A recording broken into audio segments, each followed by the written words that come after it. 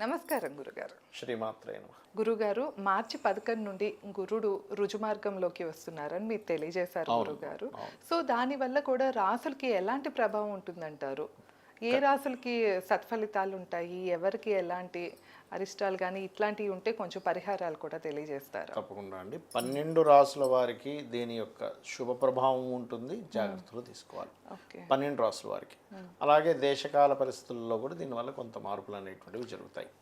ఇందులో ముందుగా మనం అంటే ఒక్కొక్క రాశి చూసుకుంటూ ఉన్నట్లయితే ఈ యొక్క విషయాలు చెప్తుంది నేనైనప్పటికీ చెప్పిస్తుంది సాక్షాత్ లలిత అమ్మవారిగా భావిస్తూ ఆ లలితాంబిక అమ్మవారి యొక్క అనుగ్రహం పరిపూర్ణంగా కలగాలని మనస్ఫూర్తిగా కోరుకుంటూ, ఫస్ట్ ఆఫ్ ఆల్ ఏంటంటే ఈ మేషము వారికి గనక చూసుకుంటే 3వ స్థానంలో గురువు రుజుమార్గంలోకి వస్తున్నాడు.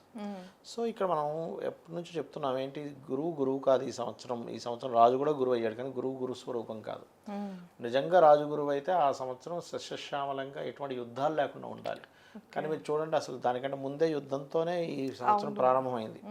కాబట్టి అక్కడే మనకు అర్థం అవ్వాలి గురు స్వరూపంలో లేడు అనేటువంటి విషయాన్ని.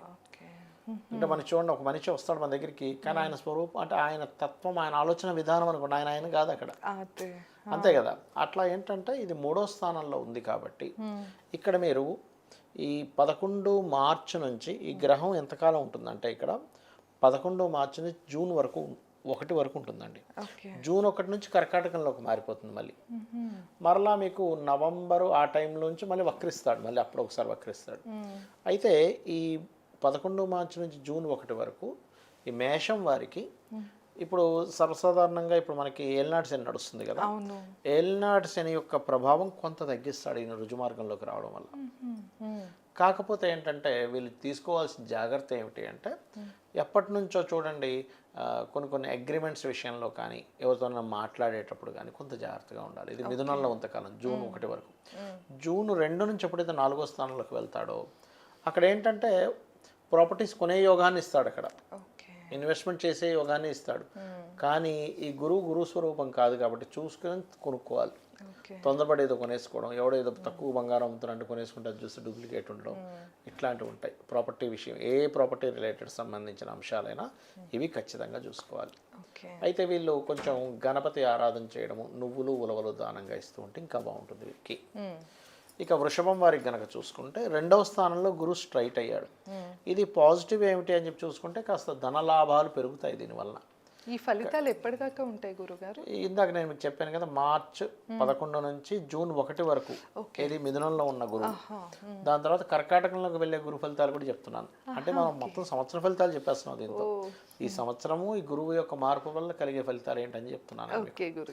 అయితే ఈ 2వ స్థానంలో ఎప్పుడైతే ధనస్థానంలో జూపిటర్ వక్రగతి పోయిందో ఇది పాజిటివ్ ఏంటంటే ధన లాభాలు, ధనపరంగా కొన్ని లాభాలు. కానీ అదే ధనపు పరంగా కుటుంబ సభ్యులతోనే బంధువర్గాలతో కొంత గొడవలు కూడా వస్తాయి. అయితే వీళ్ళకి 4వ స్థానంలో కేతు ఉన్నాడు కాబట్టి జూన్ 2వ తేదీ నుంచి మారుతున్నాడు కాబట్టి 3వ స్థానంలోకి. ఇక్కడ నుంచి వీళ్ళు అగ్రిమెంట్స్, కాంట్రాక్ట్స్ విషయంలో తల్లిగారి బంధువర్గం, తల్లిగారి సిబ్లింగ్స్తో అది కొంత డిస్ప్యూట్స్ వస్తాయి. ఇది ప్రధానంగా చూసుకోవాలి. అయితే వీరికి 10వ స్థానంలో రాహు ఉన్నందుకు విదేశీ ఉద్యోగ యోగాలు, కొన్ని రకాల లాభాలు కూడా వీళ్ళకి సిద్ధిస్తాయి గురువు 2లో రుజుగతిలోకి వస్తున్నందుకు. ఇక మిథునం వారికి కనుక చూసుకున్నట్లయితే మిథున రాశి వారికి రాశిలోనే గురువు వక్రగతి పోతుంది, స్ట్రైట్ అవుతున్నాడు. అంటే దశమాధిపతి అంటే వృత్తికి కారకుడు. వీళ్ళు ట్రై చేయకపోయినా ఏదైనా ఉద్యోగం వీళ్ళని వెతుక్కుంటూ రావడం.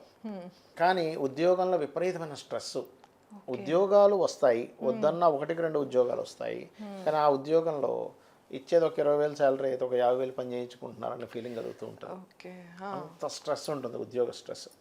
అయితే వీరికి ఎప్పుడైతే కర్కాటకంలోకి జూన్ 2 నుంచి మారుతున్నాడో ఇక్కడ నుంచి కొంత ఫైనాన్షియల్ గ్రోత్ పెరుగుతుంది. ఫైనాన్షియల్ గ్రోత్ పెరగడము, తద్వారా ఇంకొంచెం అంటే కెరియర్ పరమైన ఇంప్రూవ్మెంట్స్ కూడా జరుగుతాయి చెప్పాలంటే. కాకపోతే ఎంతైనా కూడా ఈ ధనస్థానం కాబట్టి ఫైనాన్షియల్ గ్రోత్ ఒకవైపు పెడుతూ మరలా కుటుంబ సభ్యులతోనే ధన మూలంగా కొన్ని మనస్పర్ధలు రావడం జరుగుతూ ఉంటుంది. ఇక వీళ్ళకి 3వ స్థానంలో కేతు ఉన్నాడు కాబట్టి అగ్రిమెంట్స్ విషయంలో కూడా కొంత జాగ్రత్తగా ఉండాలి. వీళ్ళు తండ్రి తరపు వారితో కొంత మాట్లాడుకునే విషయంలో కొంత జాగ్రత్తగా ఉండాలి. వీళ్ళు ఎంత పితృదేవత ఆరాధన చేస్తూ ఉంటే, ఎందుకంటే 9వ స్థానంలో రాహు ఉన్నాడు కదా, భాగ్యంలో రాహు ఉన్నప్పుడు ఎప్పుడు కూడా దేవతా ఆరాధనతో పాటు పితృదేవత ఆరాధన ఎక్కువగా చేయాలి. అప్పుడు ఖచ్చితంగా బాగుంటుంది వీరికి. ఇక కర్కాటకం వారికి కనుక చూసుకుంటే ముందు మీకు జూన్ 1వ తేదీ వరకు 12వ స్థానంలో ఉంటాడండి గురువు. 12th హౌస్లో గురువు రుజుమార్గంలోకి వచ్చున్నాడు. దీని వలన ఏమిటంటే కొంత హైయర్ ఎడ్యుకేషన్కి పనిచేస్తుంది ఇది. ఓకే. తండ్రి గారి ఆస్తికి సంబంధించిన విషయంలో కొంత కలిసి రావడము, అదే ఆస్తి విషయంలో బంధువర్గంలో వారితో కొంత గొడవలను కూడా ఇస్తుంది. ఎందుకంటే గురు స్వరూపం మారినందుకు ఇక్కడ ఏంటంటే డియోల్ ఫలితాలు ఎందుకు ఇస్తుందంటే ఇది మంచి చెడు ఎందుకు ఇస్తుందంటే శుభగ్రహం కాబట్టి మంచి ఇవ్వాలి, ఆయన స్వరూపం మారింది కాబట్టి చెడు చేయాలి. ఓకే. ప్రతి రాశికి అట్లానే అలాగే ఉంది. ఎందుకంటే ఆయన స్వరూపం మారింది కాబట్టి ఈ సంవత్సరం రాజు గురువు అవుతున్నాడు కాబట్టి అంటే ఒక మంచి అవుతుంది, ఒక మంచి ఒక చెడు రెండు జరుగుతుంటాయి అన్నమాట. ఇక్కడ మీరు గమనించండి కావాలంటే, ఇది యాజ్ ఇట్ ఈస్ ఇలాగే జరుగుతాయి ఎందుకంటే శాస్త్రంలో ఉన్నటువంటి విషయాలు ఇవి. అట్లాగే ఎప్పుడైతే మీకు శని 9లో ఉన్నాడో ఉన్న ప్రాంతం కాకుండా ఇతర ప్రదేశాలకు వెళ్ళడం ద్వారా బాగా కలిసి వస్తుంది కర్కాటక రాశి కర్కాటకం వారికి. మరి ఇదే కర్కాటకం వారికి జూన్ 2వ తేదీ నుంచి రాశిలోకి వస్తాడండి గురువు. సో రాశిలోకి రావడం వల్ల ఏంటంటే కొంత స్ట్రెస్ ఉన్నప్పటికీ కొంచెం సంతానం విషయంలోని వివాహం విషయంలో కొంత ప్రోగ్రెస్ కూడా ఉంటుంది. ఇక వీళ్ళు ఫైనాన్షియల్గా బాగా ఎదగాలంటే గణపతిని ఎక్కువ ఆరాధించాలి.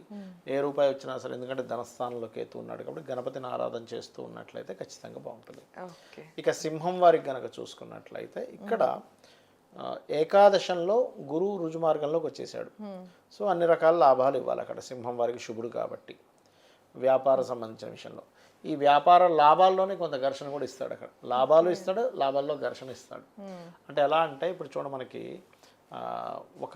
ఒక విషయం జరుగుతుంది అంటే ఒక తండ్రి గారు ఆస్తి ఏదో ఉంది అనుకోండి ఉదాహరణకి, ఆ ఆస్తి వచ్చింది కానీ గొడవపడ్డాక వచ్చిందండి అంటాం. మరి అప్పుడు రెండు జరిగినట్టు అంతే కదా. ఇప్పుడు ఒక బైక్ రేస్ ఏదో ఉంటుంది, వాడికి దెబ్బ తగులుతుంది, ఒక్కోసారి సక్సెస్ అవుతాడు. అట్లా ఏంటంటే రెండు జరుగుతాయి. అలా అంటే ఈ సమయం మీరు గమనించినట్లయితే ఘర్షణ లేకుండా ఏది ముందుకు వెళ్ళదండి. సమయం అలా నడుస్తుంది ప్రజెంట్.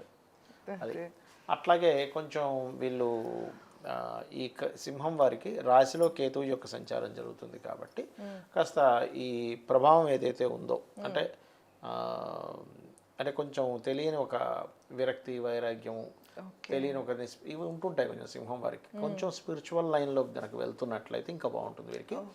12వ స్థానంలో గురువు మారుతాడు వీళ్ళకి జూన్ 2వ తేదీ నుంచి. అక్కడి నుంచి కొన్ని పుణ్యకర్మలు లేకపోతే కొంత స్పిరిచువల్ యాక్టివిటీస్లోకి వెళ్ళడం, వద్దన్నా సరే వీళ్ళు వద్దనుకున్నా సరే ఖర్చు పెట్టాల్సిన పరిస్థితి రావడం గురువు 12లో ఉన్నప్పుడు జరుగుతుంది.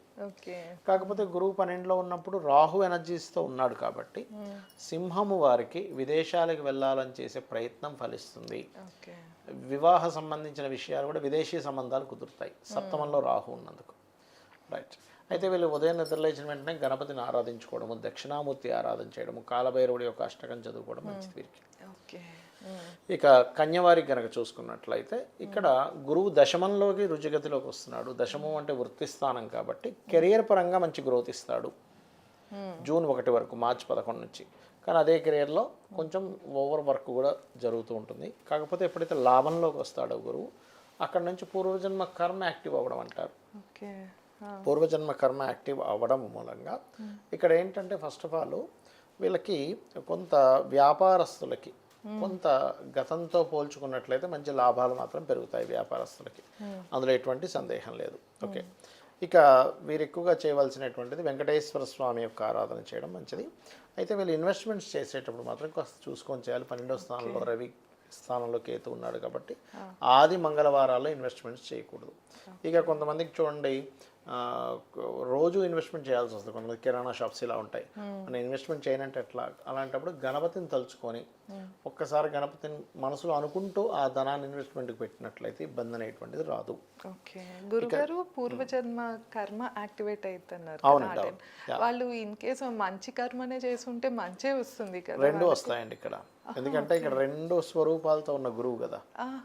మంచి కర్మ చేస్తే మంచి వస్తుంది. మీరు అన్నట్టుగా మంచి కర్మ ఇస్ మంచి, చెడు కర్మ ఇచ్చాడు. కర్మ అంటే ఏం లేదండి, ఇప్పుడు మనం ఎగ్జామ్ రాసాము, దాని రిజల్ట్ రావాలి. ఏమొస్తుంది, మనం ఎలా రాస్తే ఆ రిజల్ట్ ఎలా వస్తుందో అక్కడైనా కనీసం మనకి ఒక్కోసారి దిద్దేవాడు సరిగ్గా లేకపోతే మన మార్కులు 2 తక్కువ రావచ్చు, ఎక్కువ రావచ్చు. కానీ అక్కడ దిద్దేవాడు అలాంటి వాడు కాదు, పర్ఫెక్ట్గా దిద్దుతాడు ఆయన. కాబట్టి మనం ఏదైతే కర్మ చేసామో ఆ ఖచ్చితంగా అనుభవించాలి. కాకపోతే ఒకటే శాస్త్రం ఏం చెప్తుందంటే నువ్వు అమ్మవారిని కనుక లలిత చేసుకుంటే కర్మ దగ్ధం అవుతుంది అని చెప్తుంది. అట్లా అనమాట. అది ఇక తులవారికి గనక చూసుకున్నట్లయితే ఇక్కడ భాగ్యస్థానంలో గురువు ఉంటాడు. సో భాగ్యస్థానంలో శని రాహుతో ఎనర్జీస్తో కూడిన గురువు కాబట్టి తండ్రి గారి ఆరోగ్య విషయంలో కొంత జాగ్రత్తగా ఉండాలి. లాంగ్ జర్నీ చేసేటప్పుడు కొంత జాగ్రత్తగా ఉండాలి. బ్యాంకింగ్ సంబంధించిన సపోర్ట్ కూడా లభిస్తుంది ఇక్కడ గురువు ఉన్నందుకు. కాకపోతే దశమంలోకి వస్తాడు మళ్ళీ మీకు జూన్ 2 నుంచి. దీని మూలంగా కెరీర్ పరమైన గ్రోత్, కెరీర్ పరంగా మార్పులు, కెరీర్లో స్ట్రెస్ 3 వస్తాయి అక్కడ. అంటే గ్రోత్తో కూడిన స్ట్రెస్ వస్తుంది ఎప్పుడు కూడా కెరీర్ స్థానంలోకి వచ్చినప్పుడు. సో వీళ్ళు ఎక్కువ దుర్గా ఆరాధన చేసుకుంటే మంచిది. అండ్ మెడికల్ రంగాల్లో ఉండేటువంటి వారికి మంచి లాభం ఇస్తాడు ఇక్కడ. ఇక నెక్స్ట్ చూసుకున్నట్లయితే ఈ వృశ్చికం వారికి అష్టమంలో గురువు రుజుమార్గంలోకి రావడం. అష్టమంలో ఉండే గురువు రుజుమార్గంలోకి వస్తే ధనస్థానాన్ని చూస్తాడు కాబట్టి ఫైనాన్షియల్ గ్రోత్ ఉంటుంది. కాకపోతే వాహనం మీద వెళ్ళేటప్పుడు స్లోగా వెళ్ళాలి. అన్ఎక్స్పెక్టెడ్ థింగ్స్ కదండి అష్టమం అనేది. సో ఆకస్మిక సంఘటనలు, కొన్ని నిర్ణయాలు తీసుకునేప్పుడు కాస్త చూసి తీసుకోవాలి. కాకపోతే వీరికి ఎప్పుడైతే జూన్ 2వ తేదీ నుంచి గురువు 9వ స్థానంలోకి మారుతాడు, గురు బలం పెరుగుతుంది వీరికి. సో గురు బలం పెరగడం వల్ల ఏమిటి అంటే కాస్త గతంతో పోల్చుకుంటే కొన్ని నిర్ణయాలు తీసుకునేటప్పుడు కొంత, ఎందుకంటే నిర్ణయాలని ఆలోచన స్థానాన్ని కూడా గురువు చూస్తున్నాడు కాబట్టి ఆ నిర్ణయాలు అనేటువంటి పర్ఫెక్ట్గా తీసుకోవడం జరుగుతుంది. కొంచెం పరిస్థితులు వ్యతిరేకంగా ఉన్నా కూడా నాకేం కాదులే అని ఒక నిర్భయం, అంటే ఒక ధైర్యం పెరుగుతుంది ఎప్పుడైనా గురుబలం వచ్చినప్పుడు జీవుడికి, లగ్నానికైనా చంద్రుడికైనా వచ్చినప్పుడు. అది ఇక వీళ్ళు ఎక్కువగా కాలభైరవ అష్టకము, దత్తాత్రేయుడి యొక్క ఆరాధన చేసుకుంటే మంచిది. ఇక ధనస్సు వారికి గనక చూసుకుంటే ఇక్కడ గురువు 7వ స్థానంలో రుజుమార్గంలోకి వస్తున్నాడు. 7వం అంటే వివాహము, పార్ట్నర్షిప్స్, అలాగే కొన్ని సామాజిక సంబంధించిన అంశాలు.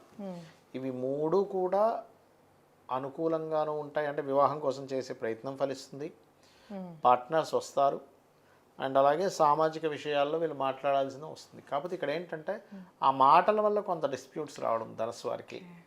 అండ్ వివాహం చేసుకున్న తర్వాత అయ్యో నేను కొంచెం తొందరపడి చేసుకుంటున్నానేమో అని అనుకోవడము, పార్ట్నర్స్తో కొంత స్ట్రెస్, అంటే సహకారం స్ట్రెస్ 2 ఉంటాయండి ఇలా ఉన్నప్పుడు.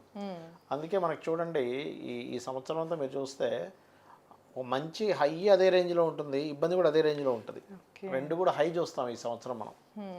అది ఇక వీళ్ళు ఎక్కువగా లక్ష్మీ నరసింహస్వామి ఆరాధన చేసుకుంటే మంచిది. అది కాకుండా వీళ్ళకి కాస్త అర్ధాష్టమ శని ఒకటి నడుస్తుంది కదా, గతంలో ఏవైతే ఆగిపోయాయో కొన్ని కన్స్ట్రక్షన్ రిలేటెడ్ అనుకోండి, కొనుక్కోవాల్సినవి రిజిస్ట్రేషన్ చేసి మనకి మనీకి పే చేసాక రిజిస్ట్రేషన్ చేయలేదంటూ ఉంటారు. అటువంటివి గురువు ఎప్పుడైతే అష్టమంలోకి మారుతాడో జూన్ 2 నుంచి శనిని చూస్తాడో అక్కడ నుంచి మూమెంట్ వస్తుంది వీరికి. ఇక మరొక విషయం ఏంటంటే ఇక్కడ మకరం వారికి కనుక చూసుకున్నట్లయితే మకర రాశి వారికి 6వ స్థానంలో రుజుమార్గంలోకి వెళ్తున్నాడు. 6వ స్థానం అనేటువంటి శత్రు స్థానం. సో గురువులతోని లేకపోతే వీళ్ళతోనే కొంత శత్రుత్వాలు ఏర్పడడం అనేటువంటిది ఉంది. కొంచెం అప్పులు ఇచ్చేటప్పుడు, అప్పులు తీసుకునేటప్పుడు కొంత జాగ్రత్తగా ఉండాలి. కాకపోతే ఇదే గురువు సప్తమంలోకి ఉచ్చస్థానంలోకి వస్తున్నందుకు కొంచెం విదేశీ సంబంధాలు కుదరడం, కుటుంబ సభ్యులు ఎవరైనా విదేశాల్లో, అంటే ఫ్యామిలీ పర్సన్స్లోనే కొంత వరుసైన వాళ్ళు ఎవరైనా విదేశాల్లో ఉండే వాళ్ళతో సంబంధాలు కుదరడం, ఇలాంటివన్నీ జరుగుతాయి. కొంచెం డిఫరెంట్ క్యాస్ట్లో కూడా అయ్యే ఛాన్సెస్ ఉంటుంది. వీళ్ళు ఎక్కువగా దుర్గాదేవి ఆరాధన, లలితా అమ్మవారి యొక్క శ్రవణము పఠనం చేస్తే మంచి ఫలితాలు వస్తాయి వీళ్ళు. ఇక కుంభం వారికి కనుక చూసుకుంటే రాశిలో రాహు యొక్క సంచారం జరుగుతుంది, పంచమంలో గురువు ఉన్నాడు.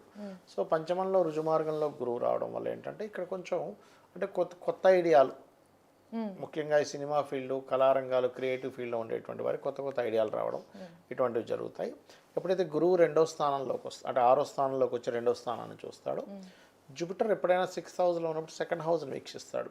ఫైనాన్షియల్ గ్రోత్ని ఇస్తాడు ఇక్కడ చాలా మటుకు చెప్పాలంటే. అంటే కామన్గా కూడా కొంచెం రుజుమార్గంలోకి రావడం వల్ల ఫైనాన్షియల్ గ్రోత్ ఇస్తాడు, స్ట్రెస్ ఇస్తాడు, గ్రోత్ 2 ఇస్తాడు అనమాట ఇక్కడ. అండ్ వీరు ఎక్కువగా దక్షిణామూర్తి ఆరాధన చేసుకుంటే మంచిది. ఇక మీన రాశి వారికి కనుక చూసుకున్నట్లయితే ప్రధానంగా ఇక్కడ రాశిలో శని యొక్క సంచారం జరుగుతూ ఏలినాటి శని నడుస్తుంది వీరికి.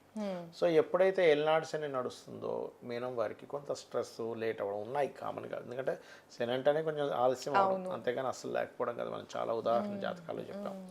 కాబట్టి ఇక్కడ ఏంటంటే శని ఎప్పుడైతే రాశిలో సంచరిస్తున్నాడో ఈ 4లో రుజుమార్గంలో వచ్చినటువంటి గురువు, అంటే స్ట్రైట్ అయ్యాడు, ఇన్ని రోజులు వక్రించిన గురువు స్ట్రైట్ అయినందుకు ఎప్పటి నుంచో పలానా కోర్స్ చేద్దాం కానీ వెనక్కి అవుతుంది, పలానా ప్రాపర్టీ కొనుక్కుందాం, లేదా పలానా ఆభరణాలు కొనుక్కుందాం, పలానా వస్తువు కొనుక్కుందాం అనుకునేటువంటి వారికి ఇప్పుడు ఉన్నటువంటి గురువు యొక్క రుజుమార్గం మూలంగా వీళ్ళకి అవి సిద్ధిస్తాయి. అంటే కొనుక్కునేటువంటి స్థితి వస్తుంది, కానీ ఉన్నదానికంటే ఎక్కువ కొనేసుకోవడం, ఓవర్గా తీసుకోవడం అనేది జరుగుతూ ఉంటుంది. అది కొంచెం కంట్రోల్ చేసుకోవాలి.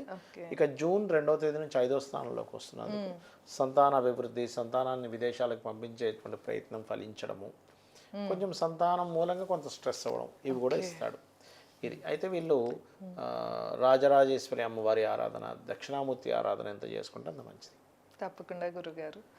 సో విన్నారు కదా, ఏ రాశి వారికి ఎలా ఉండబోతుంది అనేది అయితే మనం ఎన్నో విషయాలు తెలుసుకున్నాము. కింద గురుగారు నెంబర్ ఇస్తున్నాం. మీరు ఎలాంటి సమస్యతో ఇబ్బంది పడుతున్నా, లేకపోతే మీ పర్సనల్ చార్ట్ చెప్పించుకోవాలన్నా కాంటాక్ట్ అవ్వచ్చు. ధన్యవాదాలు. నమస్కారం. శ్రీమాత్రే నమః.